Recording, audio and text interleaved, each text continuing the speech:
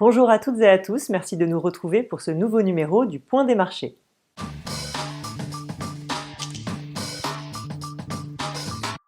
Le salon de l'élevage à Rennes, qui vient de se terminer, s'est tenu cette année dans un contexte particulier avec la flambée des prix des matières premières. Bonjour Marion, quel est l'impact de cette situation sur l'élevage en France et notamment sur l'élevage porcin? Oui, le SPACE rouvre cette année dans un contexte de très forte hausse des coûts de production. Cette augmentation, elle concerne les prix de l'aliment, les engrais ou encore l'énergie. Pour les aliments, je pense que maintenant ça tout le monde, le sait, c'est lié à des problèmes de météo cet été, météo qui a été défavorable dans plusieurs régions du monde et qui a entraîné des baisses de production. Les prix de l'énergie augmentent aussi, qu'il s'agisse du pétrole ou encore du gaz, et c'est justement la hausse du gaz qui est l'une des principales raisons de la flambée des engrais.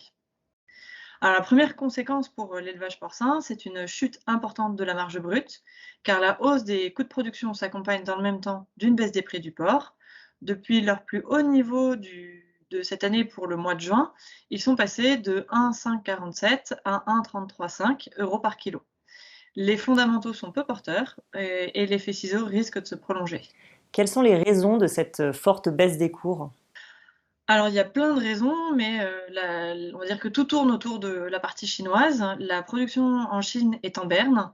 Là-bas aussi, les coûts de production ont augmenté et les prix du porc continuent de baisser. La demande est en repli et donc le pays n'importe plus autant de viande que les années précédentes. En conséquence, les prix du porc baissent chez les principaux exportateurs, que sont les États-Unis ou par exemple l'Europe aussi.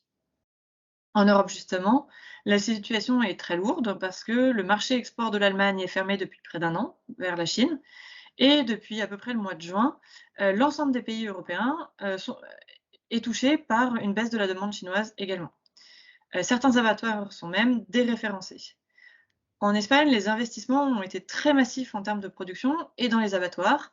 Et afin d'amortir ces derniers, il faut continuer d'abattre et de trouver des débouchés sur le marché européen qui est déjà bien saturé. Donc l'offre est trop forte hein, face à une consommation intérieure qui est peu porteuse par ailleurs.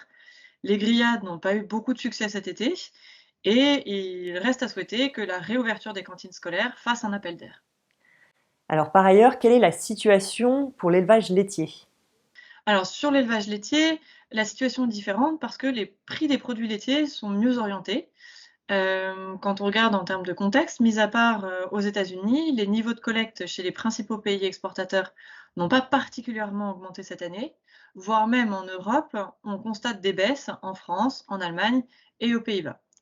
La production de fromage est privilégiée, ce qui consomme une part importante de lait liquide, au détriment des autres produits comme la poudre de lait écrémée, par exemple. Dans le même temps, la demande tant internationale que nationale reste dynamique et donc les prix des produits laitiers sont inscrits dans une tendance haussière. Si on regarde les prix du beurre depuis le début de janvier de cette année, ils sont passés de à peu près 3 300 € par tonne à plus de 4 000 et sur la poudre de lait écrémé, ils sont passés de 2 200 à plus de 2 600 € par tonne aujourd'hui.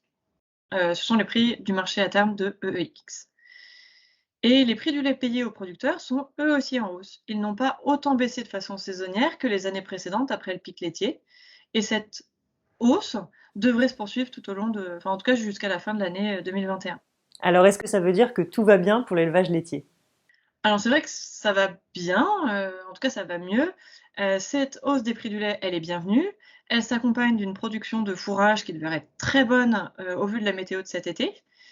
Maintenant, si on regarde un peu plus dans le détail, l'augmentation des coûts de production cumulée parfois à des baisses de collecte chez les éleveurs, bah, c'est l'ensemble de ces éléments-là font que la marge, elle, reste dégradée et inférieure à celle de l'an passé, quand on regarde, l'indice, Milk. En termes de projection, bah, c'est un peu pareil que pour la partie, porcine. Cette, baisse des coûts de production, elle est malheureusement pas visible pour l'instant. Merci Marion, merci à toutes et à tous de nous avoir suivis. Rendez-vous dans 15 jours pour le prochain point des marchés.